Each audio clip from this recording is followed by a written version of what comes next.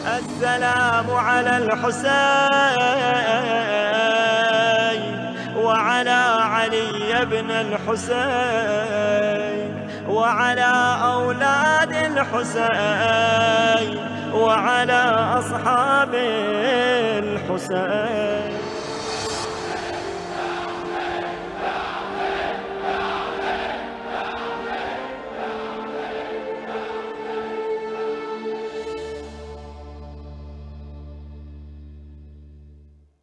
صلی اللہ علیہ یا ابا عبداللہ، صلی اللہ علیہ یا رحمت اللہ الواسعہ، صلی اللہ علیہ یا باب نجات الامہ۔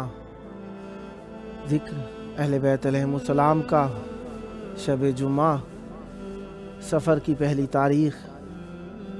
دیار غیر میں اہل بیت علیہم السلام کی حاضری، غربت کا سما، بچوں کا رونا، اشقیاء کی خوشیاں۔ یہ کاری ضرب تھی زہرا کی لاڈلیوں پر، جو بیویاں برداشت نہ کر سکیں۔ بیویاں شاید برداشت کر جاتیں، لیکن ماحول ایسا تھا کہ بیویوں کے لیے ناگوار تھا۔ اور مولا سجاد پر تو ایسی گزری کہ ساری زندگی شام شام شام کرتے چلے گئے۔ یہ وہ کرب تھا، یہ وہ درد تھا، یہ وہ مصیبت تھی، یہ وہ امتحان تھا جسے میرے مولا حسین علیہ السلام نے بھی جہاد اکبر کا نام دیا تھا۔ یقیناً جہاد اکبر ہی تھا میرے مولا کے لیے کہ پھوپھیوں کے ساتھ، بہنوں کے ساتھ، بھتیجیوں کے ساتھ، بہن کے ساتھ دربار، بازار، کوچا کوچا، یہ وہ غربت تھی جسے برداشت نہ کر سکے میرے مولا سجاد۔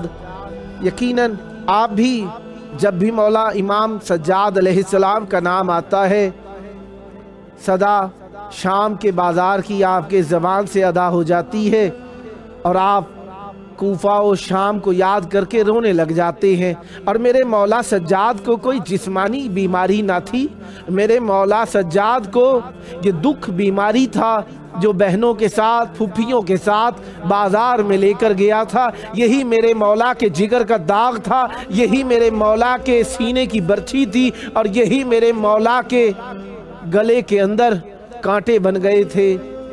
نہ پیاس کا احساس تھا، نہ بے وطنی کا احساس تھا، یہ وہ غربت تھی جس کا احساس میرے مولا حجت خدا پردہ غیب میں بھی کرتے ہیں، اور اپنی پھوپھیوں کے پردے کو یاد کر کے روتے ہیں۔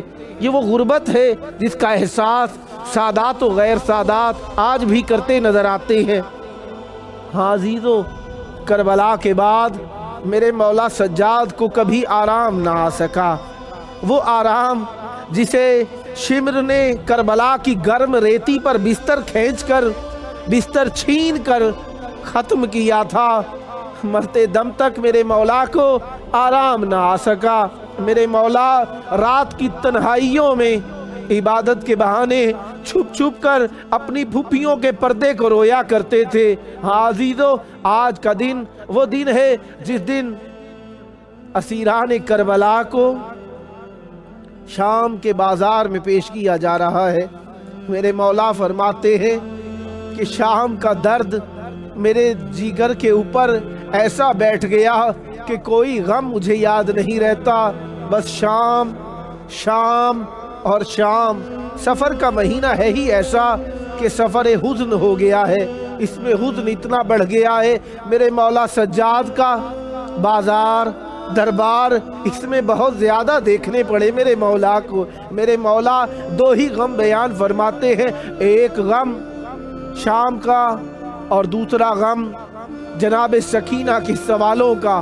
فرماتے ہیں بی بی سکینہ نے اتنے سوال کیے کہ میں سوالوں کا جواب نہ دیکھ سکتا تھا۔ میرے مولا فرماتے ہیں زندان شام کے اندر کبھی پوچھتی تھی بھیا یہ پرندے کہاں جا رہے ہیں؟ صبح کا وقت تھا، کہہ دیا کرتا تھا کہ یہ پرندے اپنے آب و طعام کے لیے جا رہے ہیں۔